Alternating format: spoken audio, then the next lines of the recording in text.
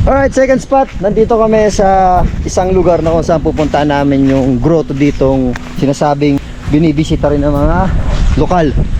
Tapos yung mga turista pupunta rin dito si Pukot Camarines Sur. Eto yun.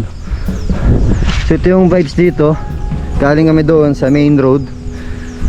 Tapos nandoon naman yung spaceship na sinasabi ni Alvin. Kaso binarkadahan na. So hindi na natin makapasok yan. Ito yung grotto dito. Doon kami galing sa kabila.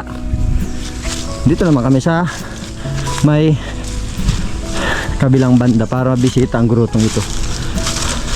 Ha! Nihila ko. Ayun, no?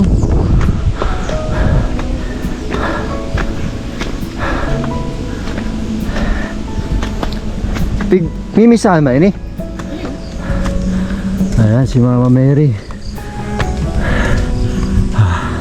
Akala ko nasa tuktok ng bundok. Ito pa rin tuktok sa may baba lang.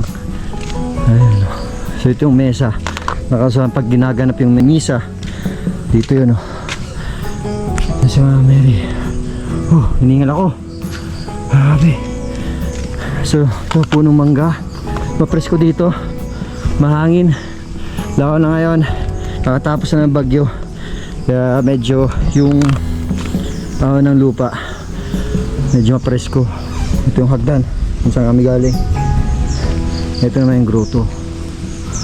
So pag pinalapan natin yung drone, hindi makikita. At sa gitna yun dito ang isang spot sa Sipokot kung saan dinadayo rin. So ito yung dalawang lugar na pinuntahan namin. Una yung ibabaw ng bundok na binibisita at pinupuntahan ng mga lokal. Tapos ito naman yung grotto dito. Ayun, no? So baka may daan papunta sa taas. Madulas. Ay wala na. Kita mo yung ugat ng puno. Gumagapang na dito. Dito lang yan sa barangay. Anong barangay ni Ben? Barangay Impig, Sipokot Camarines Sur. Ayun, si Alvin, oh. Yun.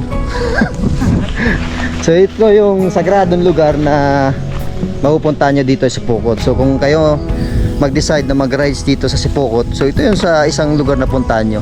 Tapos meron pa tayong pupuntahang falls, yung pinaka-last spot. Tapos i-vlog natin yung tulay ng Impig kasi parang ang datingan tulay ng Tinambak, no? Sa nag-vlog din tayo doon.